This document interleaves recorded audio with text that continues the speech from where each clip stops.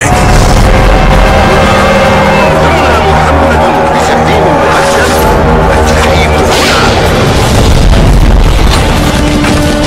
كان على أمر من أمور المسلمين فليتق الله فيه. يتكلم أحد بموت رسول الله إلا ضربته. جئتك أؤمن بالله وبرسوله وبما جئت به وقد أعذرت إليكم وأعذرتموني.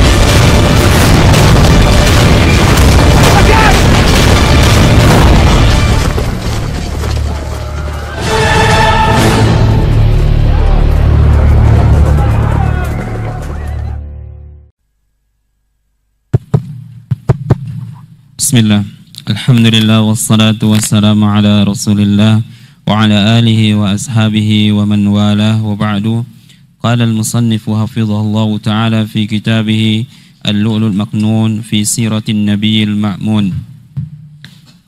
Rawa al-imam al-Bukhari rahimahullahu ta'ala fi sahihihi an Umar bin al-Khattab radhiyallahu anhu qala Abu Bakrin sayyiduna wa a'taqa sayyidana ya'ni Bilalan. Bismillah, alhamdulillah, wassalatu wassalamu ala rasulillah, la hawla wa la quwata illa billah. Amma ba'du, al-ikhwatu fillah, kita lanjutkan pembelajaran kita tentang sirah ini yang telah kita bahas. Akhir daripada pembahasan minggu yang lampau adalah budak-budak yang dimenikahkan oleh Abu Bakar Siddiq radhiyallahu tabaraka ta'ala. Di antaranya yang pertama adalah Bilal. Berkata Imam Bukhari rahimahullah dalam sahihnya dari Umar bin Khattab, berkata Umar, Abu Bakar dialah pemimpin kami dan dia pun memerdekakan pemimpin kami, yaitu Bilal. Jadi Bilal dianggap pemimpin oleh Umar bin Khattab, ya, meskipun dari golongan budak, tapi dengan keislamannya Allah angkat derajatnya. Naam. Thaniyan Abu Fukaihah radhiyallahu anhu ishtarahu wa a'taqahu. Akmil. ثالثا عامر بن الفخيرة رضي الله عنه اشتراه وعاتقه لوجه الله وقد شهد عامر بن الفخيرة غزوة بدر وأحد وقتل في فاجعة بئر معونة شهيدا سنة 4 للهجرة. Yang kedua Abu Fukaihah yang dibeli oleh Bakar Siddiq dan dibebaskan. Yang ketiga Amir bin Fuhairah radhiyallahu anhu, Abu Bakar membelinya kemudian membebaskannya karena mengharapkan wajah Allah semata. Dan Amir bin Fuhairah ini pernah menyaksikan perang Badar, ikut dalam perang Badar, perang Uhud, dan terbunuh pada peristiwa Bi'r Ma'unah, ya, pengkhianatan oleh sekelompok suku Arab yang minta agar Rasulullah mengirimkan para qari'nya untuk mengajari Islam. Setelah mereka berangkat, di tengah jalan mereka dikhianati, mereka dibunuh di dekat sumur yang bernama Bi'r Ma'unah. Terbunuh sebagai syahid pada tahun ke-4 Hijriah. رابعا زنيرة اشتراها واعتقها. خامسا جارية بني مؤمل وكان الذين يعذبها عمر بن الخطاب رضي الله عنه قبل أن يسلم فاشتراها واعتقها. Yang keempat Zannirah yang dibeli oleh Bakar Siddiq kemudian dibebaskan. Yang kelima Jariyah Bani Mu'ammil yang dahulu sebelumnya diazab oleh Umar sebelum Umar masuk Islam. Abu Bakar membelinya kemudian memerdekakannya. Sadisan An-Nahdiyatu wa banatuha wa kanata li imra'atin min Bani Abdiddari famarra bihima fashtarahuma wa ataqahuma. Ya, berikutnya adalah An-Nahdiyah dan putrinya. Keduanya adalah merupakan budak milik Bani Abdiddar. Abu Bakar melewati keduanya dalam keadaan disiksa, maka dia membeli keduanya dan memerdekakannya. Naam. Innama uridu wajha Allah wa lam yakun Abu Bakr as-Siddiq radhiyallahu anhu yaqsidu bi'amali mahmadatan wala jahan wala dunya wa innama kana yuridu wajha Allah ta'ala dzil jalali wal ikram. Apa yang dilakukan Abu Bakar Siddiq semuanya murni karena mengharapkan wajah Allah semata. Tidak pernah Abu Bakar Siddiq mengharapkan dengan perbuatannya ini pujian manusia. Tidak pula mengharapkan kedudukan, tidak mengharapkan dunia, murni dia memerdekakan semua mereka karena wajah Allah Subhanahu wa taala semata. Allah dia pemilik kemuliaan serta keagungan. Nah, روى الحاكم في المستدرك بسند حسن عن عبد الله بن الزبير رضي الله عنهما قال أبو كهافة والد أبي بكر يا بني إني أراك تعتق رقابا ضعافا فلو أنك إذ فعلت ما فعلت أعتقت رجالا جلدا يمنعونك ويقومون دونك. فقال أبو بكر رضي الله عنه يا أبت إنما أريد ما أريد لله عز وجل فأنزل الله تعالى فيه رضي الله عنه أعوذ بالله من الشيطان الرجيم فأما من أعطى واتقى وصدق بالحسنى فسنيسره لليسرى وأما من بخل واستغنى وكذب بالحسنى فسنيسره للعسرى وما يغني عنه ماله إذا تردى إن علينا للهدى وإن لنا للآخرة والأولى فأنذرتكم نارا تلظى لا يصلاها إلا الأشقى الذي كذب وتولى وسيجنبها الأتقى الذي يؤتي ماله يتزكى وما لأحد عنده من نعمة تجزى إلا ابتغاء وجه ربه الأعلى ولسوف يرضى. Imam Al-Hakim rahimahullah dalam kitabnya Al-Mustadrak dengan sanad yang hasan dari Abdullah bin Zubair meriwayatkan berkata Abdullah bin Zubair berkata ayahnya Abu Bakar namanya Uthman, kunyahnya Abu Quhafah, yang berkata kepada putranya Abu Bakar Siddiq, wahai putraku, aku melihat engkau memerdekakan banyak budak, namun semuanya adalah budak-budak yang lemah. Sekiranya yang kau lakukan itu adalah engkau memerdekakan budak-budak yang kuat, niscaya mereka akan dapat membantumu, melindungimu, dan dapat berkhidmat kepadamu. Maka berkata Abu Bakar Siddiq menjawab apa yang dikatakan ayahnya, wahai ayahanda, sesungguhnya aku melakukan apa yang kulakukan ini benar-benar karena mengharapkan wajah Allah semata. Maka Allah turunkan Quran surat Al-Lail dari ayat 5 hingga 21 di mana Allah berfirman tentang Abu Bakar Siddiq, fa amma man a'ta wattaqa, adapun orang memberi daripada sejumlah hartanya untuk menebus sang budak, wattaqa, dan dia bertakwa kepada Allah, wa saddaqa bil husna, dan dia membenarkan segala macam apa-apa yang datang dari Nabi berupa kebaikan, wahyu, fasanuyassiruhu lil yusra, kami akan mudahkan dia untuk kemudahan, untuk surga, untuk kebaikan. Janji Allah kepada Abu Bakar Siddiq. Ayat ini meskipun turun untuk Abu Bakar Siddiq, namun dia juga berlaku untuk umum. Siapa yang rajin bersedekah, berinfak, bertakwa, membenarkan apa yang terdapat dalam wahyu, Allah akan mudahkan urusannya di dunia maupun di akhirat. Janji Allah Subhanahu wa taala menunjukkan keutamaan infak, keutamaan sedekah, keutamaan takwa, keutamaan tasdik iman. Wa amma man bakhila wastaghna wa kadzdzaba bil husna, adapun orang yang kikir, menahan hartanya, tak mau memberi padahal dia punya, tak diberikan orang-orang yang berhak dan wajib dinafkahi, kikir terhadap istrinya, anaknya, kerabatnya, fakir, miskin dan semacamnya, wastaghna, merasa dirinya telah kaya, wa kadzdzaba bil husna, mendustakan segala macam berita-berita yang baik dari Rasulullah berupa wahyu yang dia bawa dari Allah Jalla wa'ala, fasanuyassiruhu lil usra, kami akan mudahkan dia untuk kesulitan hidup di dunia dan kesulitan di akhirat. Ini adalah janji Allah Subhanahu wa taala. Yang bakhil, yang kikir, ya tidak beriman, mendustakan ayat Allah Subhanahu wa taala akan dipersulit hidupnya di dunia dan di akhirat. Wa ma yughni anhu maluhu idza taradda. Apa guna baginya hartanya kalau dia binasa? Apa guna hartanya banyak tapi dia binasa? Celaka, dikutuk, dilaknat Allah. Ya, dilaknat orang-orang beriman di dunia ini.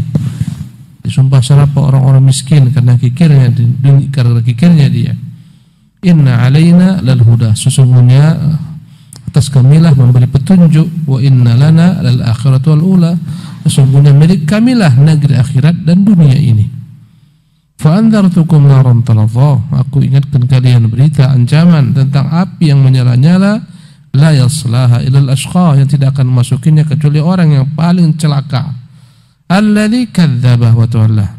Orang-orang yang mendustakan kebenaran dan berpaling daripadanya.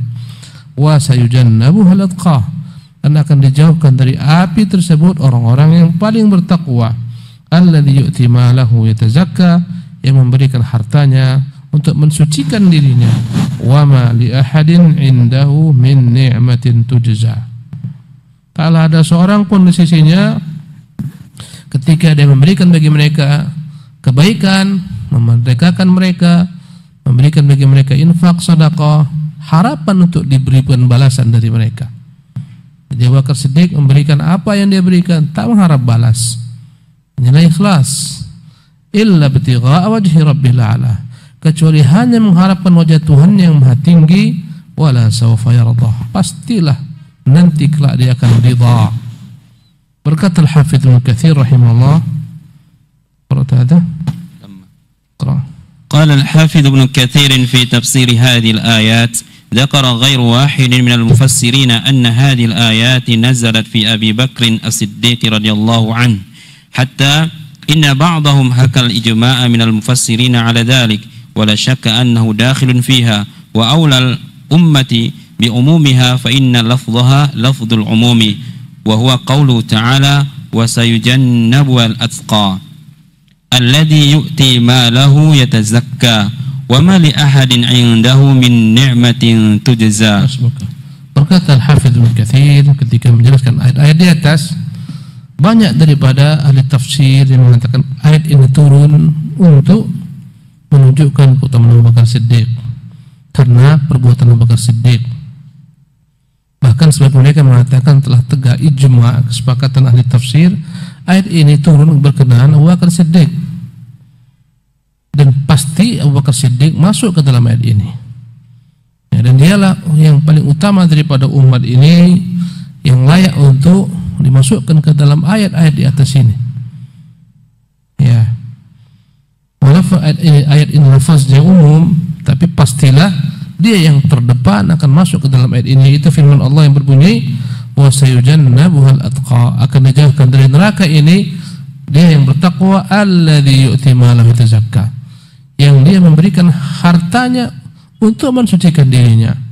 Wa ma li ahadin indahu min ni'matin tujza, tak ada seorang pun di sisinya yang diberikan baginya nikmat, bantuan, dia mengharapkan daripadanya ganjaran. Nah, ولكنه مقدم الأمة وسابقهم في جميع هذه الأوصاف وسائر الأوصاف الحميدة، فإنه كان صديقا تقيا كريما جوادا بذالا لأمواله في طاعة مولاه ونصرة رسول الله صلى الله عليه وسلم، فكم من دراهم ودنانير بذلها ابتغاء وجه ربه الكريم، ولم يكن لأحد من الناس عنده منه يحتاج إلى أن يكافئ بها، ولكن كان فضله وإحسانه على السادة والرؤساء من سائر القبائل.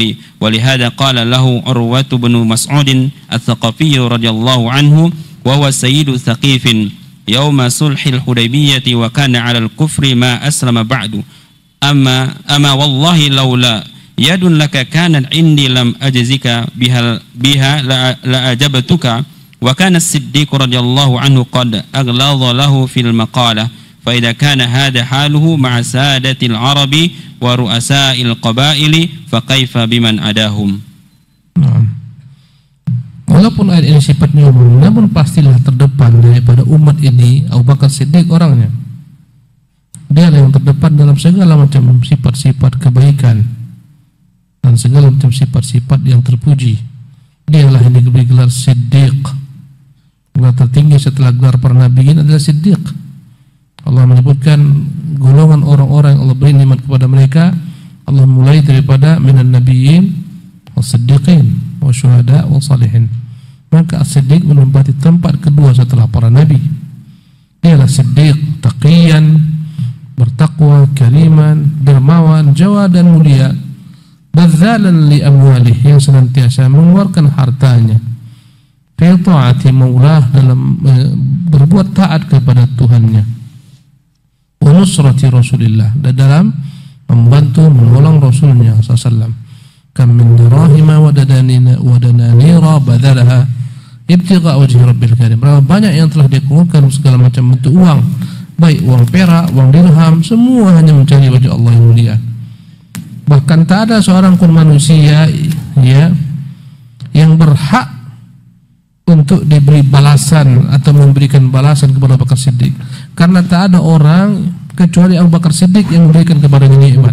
Tak pernah ada seorang pun manusia yang memberikan kepada Abu Bakar satu kenikmatan, tak ada, kecuali Rasulullah, kenikmatan iman Islam.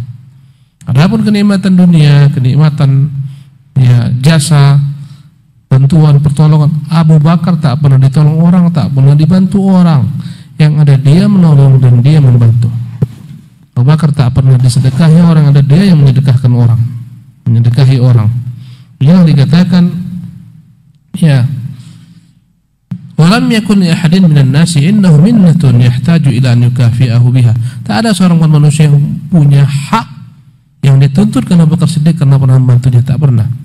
Tak ada seorang pun yang punya hak menuntut kepada balasan atas apa yang mereka perbuat kepada Abu Bakar Siddiq, karena dia tidak pernah sama sekali posisi di bawah, tetap di atas, tetap tangannya di atas. Kata Nabi, al-yadul ulya khairun min as-sufla, tangan di atas lebih baik daripada tangan di bawah. Dia tak pernah di bawah, tetap di atas.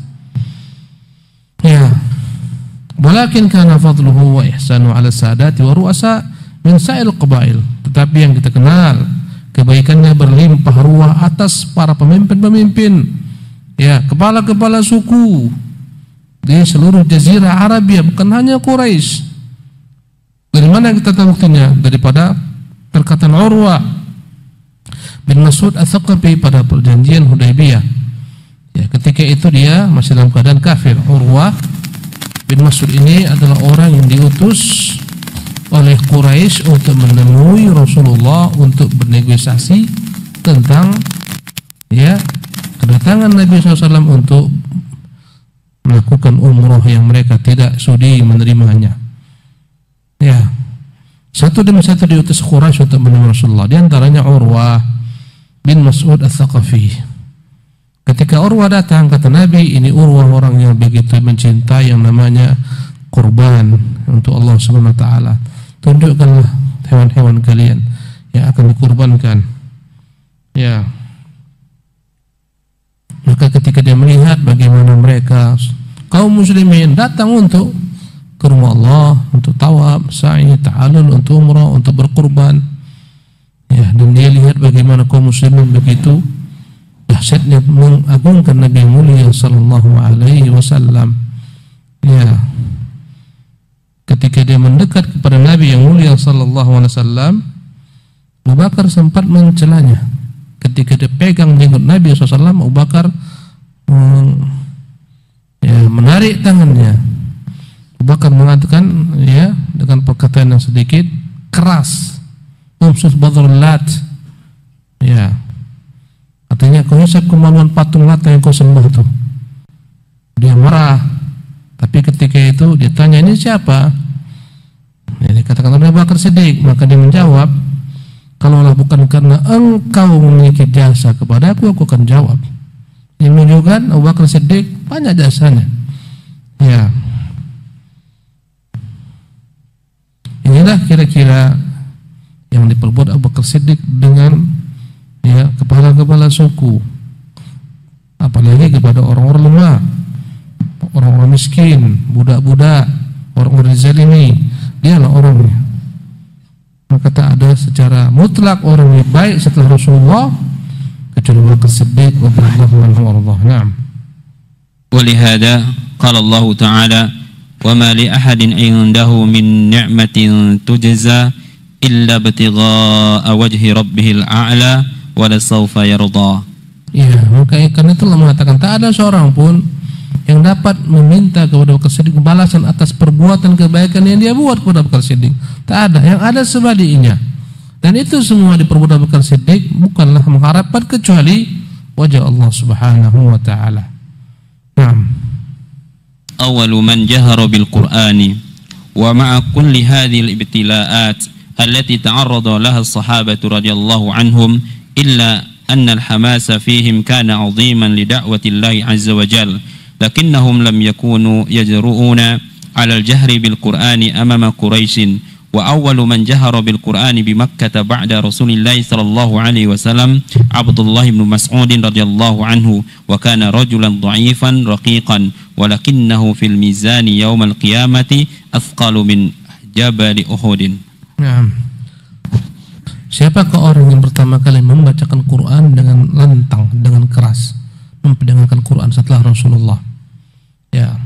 Walau berbagai macam ujian menimpa para sahabat radhiyallahu anhum ajma'in, namun karena semangat mereka yang begitu besar untuk mendakwai manusia kepada Allah Subhanahu wa taala, ya. Namun demikian mereka tak berani membaca Quran dengan terang-terangan di hadapan Quraisy. Orang di antara mereka yang pertama kali berani membacakan Quran di kota Mekah dengan terang-terangan setelah Rasulullah dialah Abdullah bin Mas'ud. Dan dia adalah seorang laki-laki yang juga dari golongan orang-orang lemah. Ya, budak, orang yang kurus. Namun walaupun dia kurus, raqiqan, dia kurus, tapi timbangannya di hari kiamat lebih besar daripada gunung Uhud. Maksud perkataan pengarang ini adalah ketika Abdullah bin Mas'ud suatu hari naik ke atas pohon kurma, angin menghembuskan ya pakaiannya, maka terlihatlah betisnya kurus sekali. Maka para sahabat tertawa-tawa melihat bagaimana ringkihnya betis Abdullah bin Mas'ud, sehingga Nabi pun heran. Kata Nabi, mimma tadhakuna, mengapa kalian tertawa? Qalu ya Nabi Allah, min diqqati saqai, lihatlah betapa kurusnya kedua betisnya. Kata Nabi, walladhi nafsi biyadihi lahuma athqalu fil mizani min Uhudin, demi Allah nanti di hari kiamat sungguh keduanya yang akan anggap kecil, kurus, kering ini lebih berat di sisi Allah timbangannya daripada gunung Uhud. Naam. وكان رضي الله عنه من أوائل من أسلم فقد أخرج ابن حبان في صحيحه والحاكم بسند صحيح عنه رضي الله عنه أنه قال لقد رأيتني سادس ستة ما على الأرض مسلم غيرنا. Ya, jadi Ibnu Mas'ud bukan budak ya. Tadi terjemahannya raqiq, bukan budak, tapi maknanya adalah kurus. Dan dia adalah orang yang pertama masuk Islam. Di antara orang-orang yang awalnya masuk Islam, dia di antaranya. Ibnu Hibban menyebutkan dalam sahihnya dan Imam Hakim dalam sanad sahih, Ibnu Mas'ud pernah berkata, laqad ra'aituni sadisa sittah. Aku melihat akulah orang yang keenam, ma'alal ardi muslimun ghairuna. Tidak ada di permukaan bumi yang masuk Islam yang telah berislam kecuali kami. Dia yang keenamnya. Subhanallah. Naam. روى الإمام أحمد في فضائل الصحابة بسند حسن مرسل عن عروة بن الزبير رضي الله عنه قال كان أول من جهر بالقرآن بعد رسول الله صلى الله عليه وسلم بمكة عبد الله بن مسعود رضي الله عنه. اجتمع يوما أصحاب رسول الله صلى الله عليه وسلم فقالوا والله ما سمعت قريش هذا القرآن يجهر لها به قط فمن رجل يسمعهموه. فقال عبد الله بن مسعود أنا. قالوا إنا نخشاهم عليك إنما نريد رجلا له عشيرة يمنعونه من القوم إن أرادوه. فقال دعوني فإن الله عز وجل سيمنعني. قال فغدا ابن مسعود حتى أتى المقام في الضحى وقريش في أنديتها فقام عند المقام ثم قرأ بسم الله الرحمن الرحيم رافعا صوته الرحمن علم القرآن قال ثم استقبلها يقرأ فيها قال وتأملوه فجعلوا يقولون ما يقول ابن أم عبد قال ثم قالوا إنه يتلو بعض ما جاء به محمد صلى الله عليه وسلم فقاموا إليه فجعلوا يضربونه في وجهه وجعل يقرأ حتى بلغ ما شاء الله أن يبلغ ثم انصرف إلى أصحابه وقد أثروا في وجهه فقالوا له هذا الذي خشينا عليك فقال ما كان أعداء الله أهون علي منهم الآن ولئن شئتم لأغانينهم بمثلها قالوا حسبك فقد أسمعتهم ما يكرهون. Imam Ahmad meriwayatkan dalam kitab Fadail Sahabah dengan sanad yang hasan mursal dari Urwah bin Zubair, dia berkata, orang yang pertama kali membacakan Quran dengan terang-terangan setelah Rasulullah di Mekah dialah Abdullah ibn Mas'ud. Suatu hari berkumpul sahabat-sahabat Nabi, maka mereka pun berkata, demi Allah, orang Quraisy tak pernah mendengarkan Quran dibacakan di hadapan mereka sama sekali. Siapakah kira-kira yang mau membacakan di hadapan mereka? Maka berkata Ibnu Mas'ud, saya. Mereka berkata, kami khawatir, jangan engkau. Ya, kami khawatir tentang dirimu.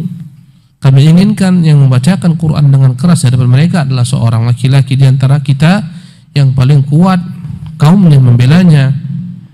Jika orang-orang Quraisy ingin menyakitinya, kata Ibnu Mas'ud, biarkan saya. Sesungguhnya Allah Subhanahu wa taala, Dia yang akan menjaga saya. Maka berangkatlah Ibnu Mas'ud dan mendatangi maqam Ibrahim ketika waktu duha, ketika matahari naik sepenggala Quraisy sedang ada pada majlis-majlis mereka, maka dia pun berdiri di sisi maqam Ibrahim. Kemudian membaca Bismillahirrahmanirrahim. Dia angkat dengan suara yang keras tinggi-tingginya, Ar-Rahman 'allamal Qur'an, khalaqal insan, 'allamahul bayan. Dia baca surat Ar-Rahman. Qala, berkata perawi kisah ini Urwah, thumma istaqbalahu yaqra'u fiha, dan dia terus membaca ayat Quran. Maka orang-orang pun berkumpul, mereka dengarkan, satu sama lain sering bertanya. Mereka berkata, ma yaqulu ibnu ummi abdin, apa yang sedang dibaca ya laki-laki ini yang nama lainnya adalah ibnu ummi abdin, Ibnu Mas'ud atau ibnu ummi abdin, ya anak daripada ummi abdin, nama ibunya ummu abdin. Apa yang dia baca? Thumma qalu, sebagian mereka mengatakan, innahu la yatlu ba'dha ma ja'a bi Muhammadun sallallahu alaihi wasallam. Yang dibacanya itulah yang dibaca Muhammad, yang telah turun kepada Muhammad. Faqamu ilaih, mereka pun berdatangan kepadanya, faja'alu yadribunahu fi wajhihi, maka mereka pun berdatangan mengurumuninya, menampar wajahnya. Waja'ala yaqra'u, dan dia terus tak berhenti diam membaca hatta ya balagha ma sya'allah an yablugh, ya sampai pada apa yang Allah Subhanahu wa taala kehendaki. Ya, thumma sarafa ila ashabi, setelah dia puas mendengarkan Quran, dia pun pulang menemui sahabat-sahabatnya. Wa qad atharu fi wajhi, sementara mereka telah membuat wajahnya lembam-lembam. Faqalu lahu hadzal ladzi khashina 'alaik, berkatalah sahabatnya, kaum muslimin, ini yang kami khawatirkan darimu. Maka dia berkata, maka ana a'da'ullahi ahwana 'alayya minhumul an, taklah aku merasa musuh-musuh Allah itu kecuali lebih hina saat ini bagiku. Wala in syi'tum la ughadiyannahum bimithliha, kalau kan mau besok aku datang lagi aku bacakan kepada mereka. Qalu hasbuka qad asma'tahum ma yakrahun, kata mereka, cukup, engkau telah memperdengarkan kepada mereka apa yang tak mereka suka. Ya, inilah Ibnu Mas'ud. Pernah juga diriwayatkan seperti ini juga Abu Dzar Al-Ghifari. Mereka tampakkan keislamannya. Subhanallah, di tengah-tengah kaum yang murtad, kufur, kafir, musuh Islam, mereka menampakkan keislamannya. Sementara sebagian kaum muslimin di tengah-tengah mayoritas kaum muslimin tak berani menunjukkan identitas keislamannya. Terpaksa harus meniru orang-orang kafir dalam berpakaian, berkata-kata, gerak-geriknya, tak berani menunjukkan identitas keislamannya. Bahkan mengkaburkan agamanya sendiri, memuja-muja agama-agama orang-orang di luar Islam. Subhanallah. Ya, inilah musibah. Ya, saya lihat dalam beberapa halaman Facebook itu di Inggris sana ada seseorang yang sebenarnya mengetes saja. Ya, ngeprank istilahnya. Berapa banyak yang dia prank itu. Ya. Ada seorang bawa handphone yang mahal harganya, yang terbaru, ya, yang gambar Apple tuh. Kemudian ditawarkan kepada seorang muslim, kamu ini, ya maaf engkau direkam nih, kamu ini kira-kira, kata dia, oh tentu saja mau kok diberi, tapi dengan syarat ketika itu Ramadan kau berbuka puasa dulu. Nah ini air minum, kau minum setetes pun kau minum, ini diberi. Dia katakan nggak mungkin, ini agamaku melarang, aku puasa ini. Ya, lewatlah seorang berpakaian Arab. Maka dipanggil oleh ya orang yang bawa handphone ini, hei fulan, ada apa? Ini aku panggil dia nih, ngetes mau nggak dia ini buka puasa. Apa itu rupanya? Ini handphone mahal. Kata kawan yang pakai baju Arab itu, oh iya bagaimana caranya ini? Gampang, kau minum ini. Oke, saya minum, siap. Untuk ini saya minum ini kecil, nanti saya bertobat kepada Allah Subhanahu wa taala. Dia mau minum tuh air, datang kawan ini yang pertama. Seketika air dirampas kemudian dibuang. Kau orang Islam buat malu saja. Gara-gara ini kau mau tukar agama. Apa urusanmu? Kenapa ikut urusan saya? Kenapa kau campur tangan? Segala macam. Marah dia, ditariknya kawan. Akhirnya berkata orang pakai baju Arab tadi, mohon maaf, aku hanya ngeprankmu saja. Aku ini orang Muslim. Aku juga puasa. Subhanallah. Dan itu dia tes beberapa orang. Begitulah orang-orang Islam yang menjadi kafir. Pernah lagi dalam bentuk minuman alkohol. Ya, ditawarkan seperti itu pula. Berapa orang tawarkan alkohol. Ini untuk handphone mahal nih, tapi minum ini. Ya, dia katakan tidak. Ini orang lain lagi. Tapi orang Arab, ada dari Mesir, ada dari Tunis. Saya tak boleh minum ini, agama saya melarang. Kau minum meski setetes, ini untukmu. Ya, ini kamera aku tutup kalau kau mau. Yang penting kau minum. Dia katakan nggak mungkin. Datang lagi orang Arab tadi itu. Ya berpura-pura. Ada apa kalian gini-gini? Akhirnya dia bilang, kau mau ini minum, tapi kau dapat ini, tapi minum dulu ini. Apa ini alkohol? Oh nggak apalah. Yang penting aku dapat alkohol ini, nggak apa-apa. Nanti aku tobat saja. Diambil, mau dia minum, marah kawan tadi. Diambilnya itu botol, dipecahkannya. Kau jual agamamu hanya untuk ini. Kau kenapa urusan saya? Ini urusan saya. Ya. Kau Islam apa? Untuk ini kau mau. Betapa hinanya agamamu. Sampai akhirnya, ya, dia katakan aku hanya ngeprankmu saja. Ini handphone ambil untukmu. Semua yang diprank dikasihkan untuk mereka handphone karena kau mempertahankan agamamu. Maksud saya, mereka tinggal di negeri kafir tapi menunjukkan keislamannya. Sementara di negeri-negeri kaum muslimin kadang-kadang orang Islam puasa Ramadan merokok. Subhanallah. Ya, ini musibah. Ini musibah besar. Kadang-kadang nampak kita lihat bagaimana mereka menampakkan keislaman, identitas keislamannya di tengah-tengah masyarakat kufar, pakai cadar, pakai jilbab, pakai hijab. Walaupun mereka dilecehkan, berbagai macam tindakan-tindakan rasisme yang mereka rasakan, tapi mereka menampakkan identitasnya. Ini di negeri mata Islam. Kadang kita payah tak mengetahui ini muslim atau kafir. Subhanallah. Nah. Ahsanallahu ilaikum. Warawa al-Imam al-Bukhari fi sahihihi an Hudzaifah bin al-Yamani radhiyallahu anhu qala ma a'rifu ahadan aqraba samtan wa hadiyan wa dallan bin Nabi sallallahu alaihi wasallam min ibni ummi Abdin. Imam al-Bukhari rahimahullah meriwayatkan dalam sahihnya dari Hudzaifah bin Yaman, sahabat Nabi, dia berkata, aku tak menemukan ada orang yang paling dekat ya gayanya, ya akhlaknya, budi pekertinya, ya sebagaimana Abu Bakar dengan Nabi yang mulia SAW. Tak ada seorang pun yang begitu dekat dengan Nabi dari segala macam gerak-geriknya, tingkah lakunya, akhlaknya, adabnya, sebagaimana Abu Bakar Siddiq. Sebagaimana Ibnu Ummi Abd, sebagaimana Ibnu Mas'ud atau Ibnu Ummi Abdin. Ini menunjukkan keutamaan Ibnu Mas'ud. Bahkan Nabi yang mulia SAW pernah ya meminta Abdullah bin Mas'ud, wahai Abdullah bin Mas'ud, wahai Ummi Ibnu Abd, Ibnu Ummi Abdin, bacakan kepada saya Quran. Kata Ibnu Mas'ud, alaika aqra wa alaika unzil, apakah saya bacakan kepadamu Quran padahal Quran turun kepadamu?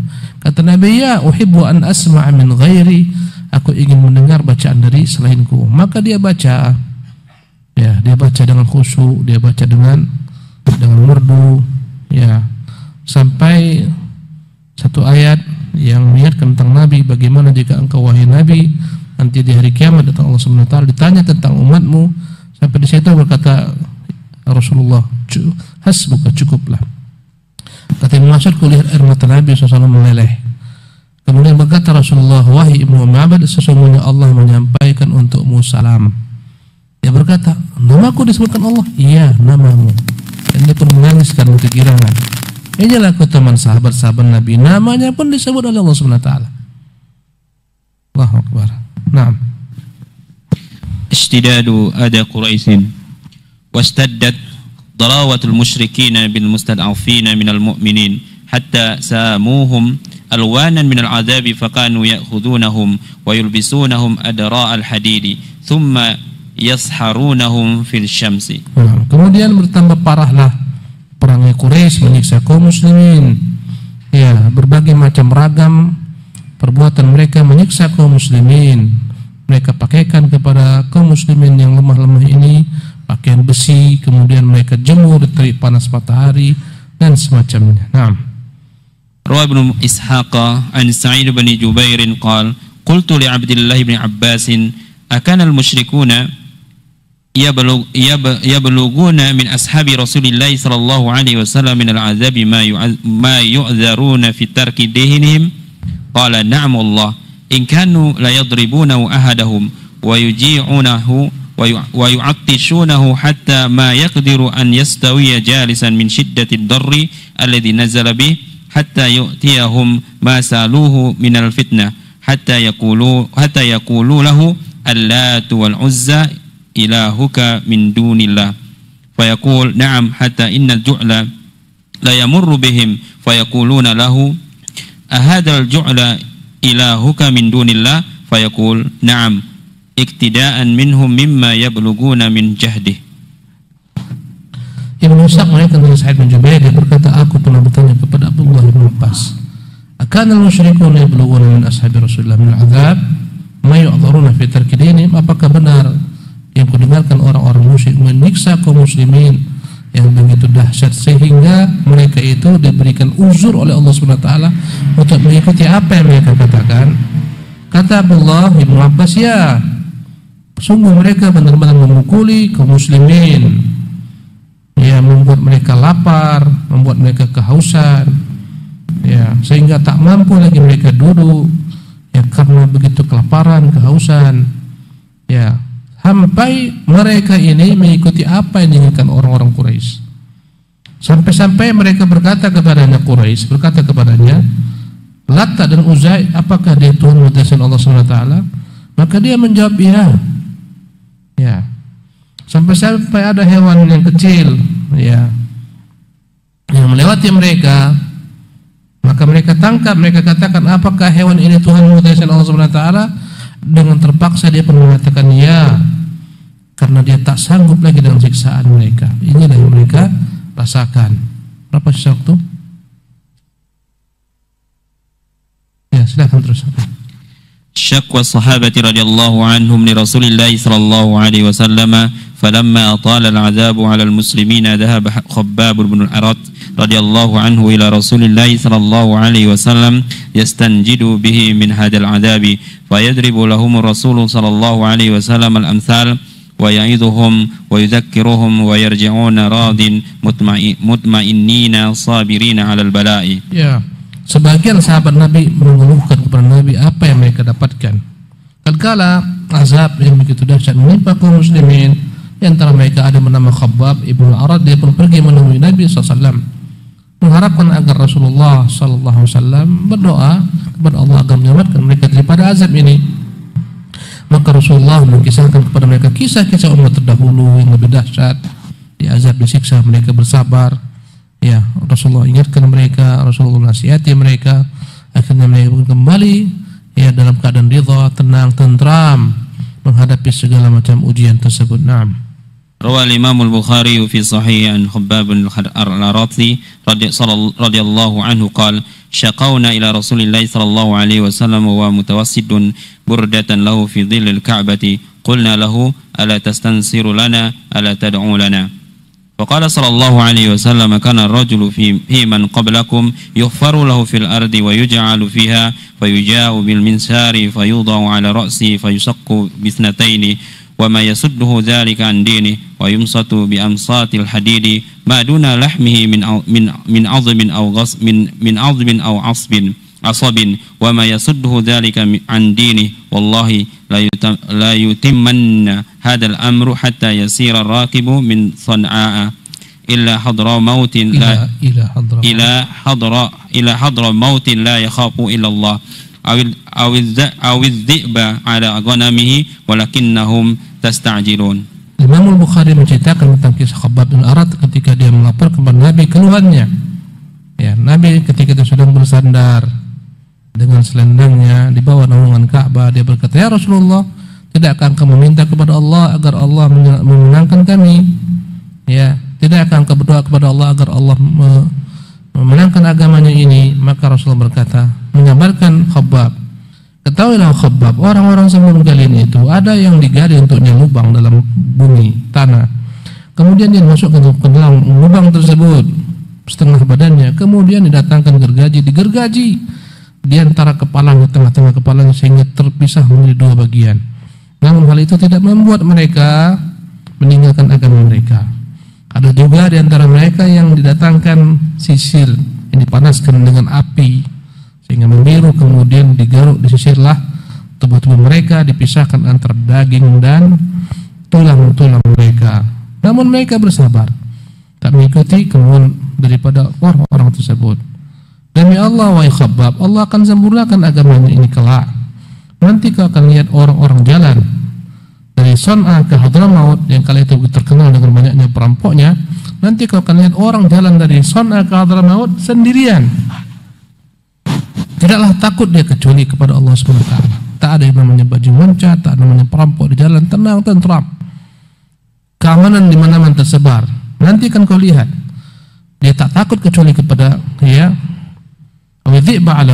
bahkan dia tak takut lagi jika nanti gembalaan-gembalaan dimangsa oleh serigala. Namun kalian ini tergesa-gesa. Naam. Qala Syekh Muhammad Al-Ghazali rahimahullahu taala inna Rasulullah salawatullahi wa salamu alaihi lam yajma' ashabahu ala magnamin ajilin aw ajilin innahu azahal ghishawah anil a'yun fa absaratil haqq alladhi hujibat anhu dahran wa masharran ala al-qulub fa'arafatil yakin alladhi futirat alaihi wa haramat hal jahiliyatu minhu. Berkata Syekh Muhammad Ghazali rahimahullah, sesungguhnya Rasulullah SAW lam yajma' ashabahu ala maghnam, tak pernah mengumpulkan sahabat-sahabatnya, memotivasi mereka untuk perkara-perkara dunia, harta rampasan perang, baik yang mereka peroleh dalam waktu dekat ataupun waktu yang akan datang. Tapi Nabi kerjanya adalah azahal ghishawata 'anil a'yun. Nabi SAW benar-benar menghapuskan daripada pandangan mata mereka segala macam yang menutup pandangan mata tersebut dari berbagai macam perkara-perkara jahiliyah. Fa absaratil haqqal ladzi hujibat anhu dahran. Akhirnya mata-mata para sahabat telah melihat kebenaran yang tertutupi dengan kejahilian berabad-abad. Kerja Nabi hanyalah masaharran 'anil qulub, menghapuskan segala macam kotoran yang terdapat dalam hati-hati mereka. Fa'arafatil yaqin, akhirnya dengan itulah hati-hati mereka mengetahui kebenaran yang telah difitrahkan di atasnya, dan inilah yang diharamkan kepada masyarakat jahiliyah. Naam. Innahu wasala al-bashar bi rabbihim farabatahum bi nasabihim al-ariq wa sababihim al-wathiq wa kanu qabla dhalika hayara mahsurin innahu wazana lin-nasi bainal khuludi wal fana فآثروا الدار الآخرة على الدار الزائلة وخيرهم بين أصنام حقيرة وإله عظيم فازدروا الأوثان المنحوتة وتوجهوا للذي فطر السماوات والأرض. Sesungguhnya dia Nabi SAW yang telah menghubungkan manusia kepada Tuhannya. Dialah Allah dialah nabi, ya, maka Allah SWT mengikat mereka dengan nabi yang mulia yang mereka kenal nasabnya begitu tingginya mulianya, dan dialah yang menjadi penyebab mereka untuk mengenal Allah Subhanahu wa taala, bagikan tali yang begitu kuat mengikat mereka kepada Allah. Sebelumnya mereka temukan kebingungan, tak tahu apa yang harus dilakukan, maka Nabi datang membandingkan kepada mereka agar mereka memilih antara negeri yang kekal abadi akhirat dan dunia yang fana. Maka dengan itulah mereka mendahulukan negeri yang abadi, yang kekal di negeri akhirat daripada dunia ini yang fana. Bagaimana Nabi SAW menyuruh mereka memilih dengan iman mereka antara patung-patung berhala-berhala yang hina dengan Allah Tuhan yang agung. Ya, dengan itulah akhirnya mereka meninggalkan patung-patung yang mereka pahat ini. Mereka pun segera menghadap kepada pencipta langit dan bumi. Naam. وكان رسول الله صلى الله عليه وسلم يبث عناصر الثقة في قلوب رجاله ويفيض عليهم ما أفاضه الله على فؤاده من أمل رحيب من انتصار الإسلام وانتصار مبادئه وزوال سلطان الضغاة أمام طلاعه المظفرات في المشارق والمغارب. Jadi adalah Rasulullah SAW senantiasa membangkitkan berbagai macam bentuk unsur-unsur kepercayaan di hati mereka, para sahabat, dengan apa-apa yang Rasulullah peroleh berupa ilmu daripada Allah Subhanahu wa taala disampaikan kepada sahabat agar mereka pun membuka mata mereka melihat masa depan yang begitu cerah, akan dimenangkan Allah Islam, ya, akan tersebar agama yang mulia ini, dan akan hilang segala macam kekuasaan orang-orang zalim di timur maupun di barat. Ini yang membuat mereka bertahan. Naam. InsyaAllah pada kesempatan akan datang kita akan menjelaskan tentang bagaimana orang-orang musyrikin memperolok-olok Nabi yang mulia sallallahu alaihi wasallam. Wallahu ta'ala.